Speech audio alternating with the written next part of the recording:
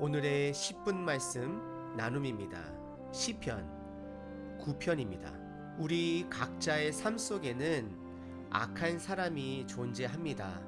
그것이 내 기준의 악한 사람이던 성경 말씀의 기준의 악한 사람이던 항상 악한 사람은 존재합니다.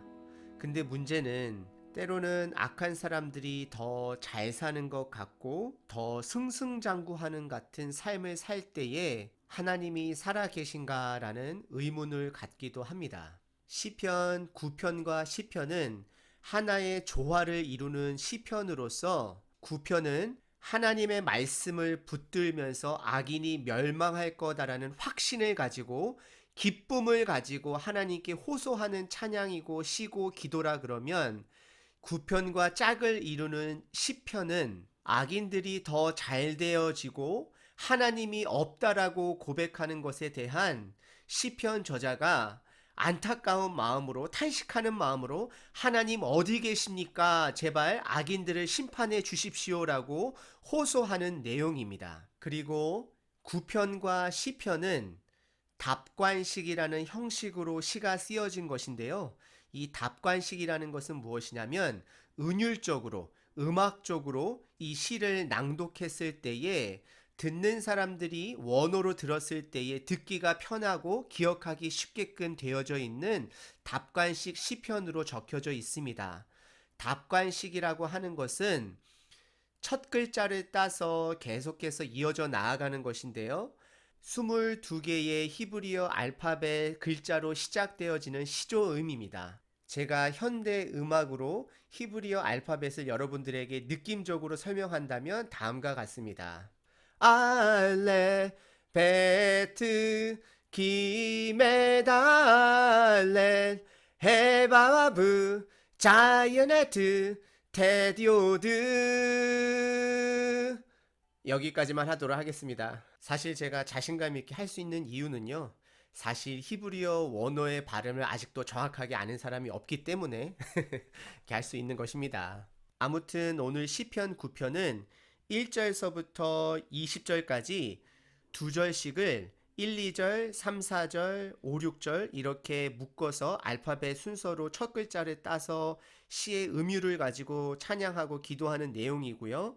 그리고 마지막에 6절만 3절, 3절로 그러한 운율을 가지고서 끝내는 것을 보게 됩니다. 반면에 내용적으로 보시게 되면 일단은 1절부터 12절까지는 승리의 비전을 선포한 내용이고요. 13절서부터 끝절 20절까지는 온전한 승리를 위한 기도문이라고 보시면 좋을 것 같습니다. 1절과 2절의 주요 단어들은 전심으로 온 마음을 다해야겠죠. 여호와께 감사하고 찬양한다고 하시면서 모든 기이한 일들, 내가 설명할 수 없는 하나님의 하신 일들을 찬양한다라고 감사한다라고 고백하고요. 2절에서는 내가 주를 기뻐하고 지존하신 주의 이름을 찬송하리이니 확신을 가지고서 하나님의 존재의 자체에 대해서 찬양하고 있습니다. 그리고 3절서부터 8절까지는 나중에 하나님의 은혜로 하나님의 주권으로 하나님의 방법으로 완성될 하나님의 나라에 대해서 찬양하고 기도하고 있는 내용입니다. 3절에 보시게 되면 모든 원수들이 하나님 앞에서 망한다라고 말씀을 하고요. 4절에서는 하나님께서 의로운 심판관이라고 재판장이라고 이야기를 하고 있고요.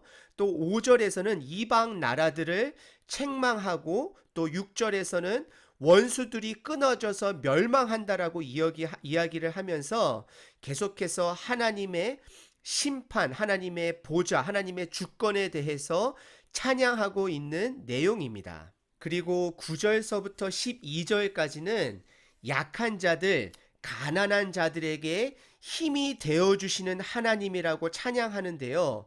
여기서 약한 자들, 가난한 자들은 어떤 표현이냐면 하나님만 붙드는 자들, 왠지 세상에 우리들이 붙들 수 있는 것을 붙들지 아니하고 하나님만 바라보고 하나님만 붙드는 사람, 세상에서 보기에는 약자와 같이 느껴지는 사람들, 그러한 사람들 편이 되어주시는 하나님을 찬양하고 붙드는 내용입니다. 예를 들어서 9절에 보시게 되면 하나님을 요새라고 표현하면서 압제를 당하는 자들에게는 하나님이 피할 요새라고 이야기를 하고 있고, 또 10절에서는 하나님을 찾는 자들, 하나님께 도망가는 자들, 하나님께 가는 자들은 하나님께서 절대 외면하시지 않는다, 버리시지 아니한다 그러시면서 12절에 가난한 자의 부르짖음을 잊지 아니하신다라고 하나님만을 찾는 자, 세상의 방법이 아닌 지금은 좀 어렵더라도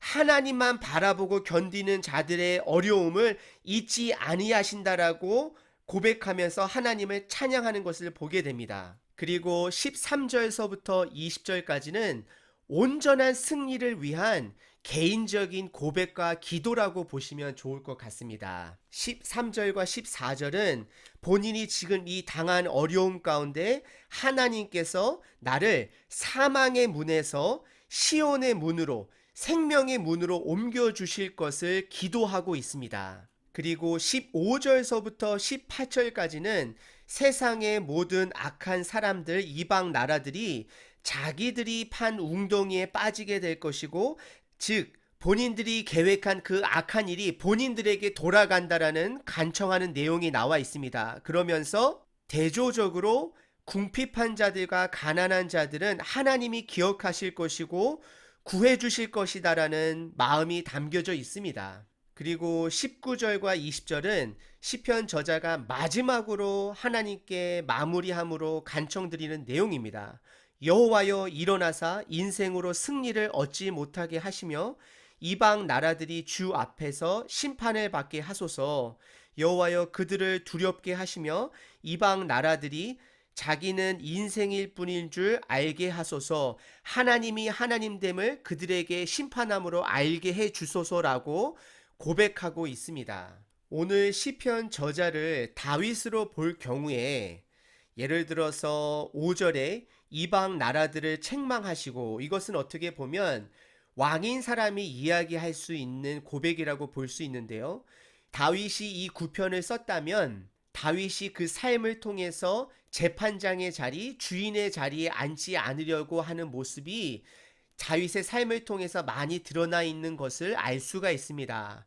첫 번째, 여러분들 다윗의 삶을 돌아보시게 되면 다윗은 어렸을 때에 사무엘 선지자가 벌써 왕이 될 거라고 기름을 부었고요. 알고 있었지만 다윗은 왕이 되어가는 과정을 보시게 되면 굉장히 수동적인 것을 보게 됩니다. 왜냐하면 하나님의 뜻이 있다라면 하나님께서 하나님의 방법으로 이루실 것이라는 것을 믿었기 때문입니다.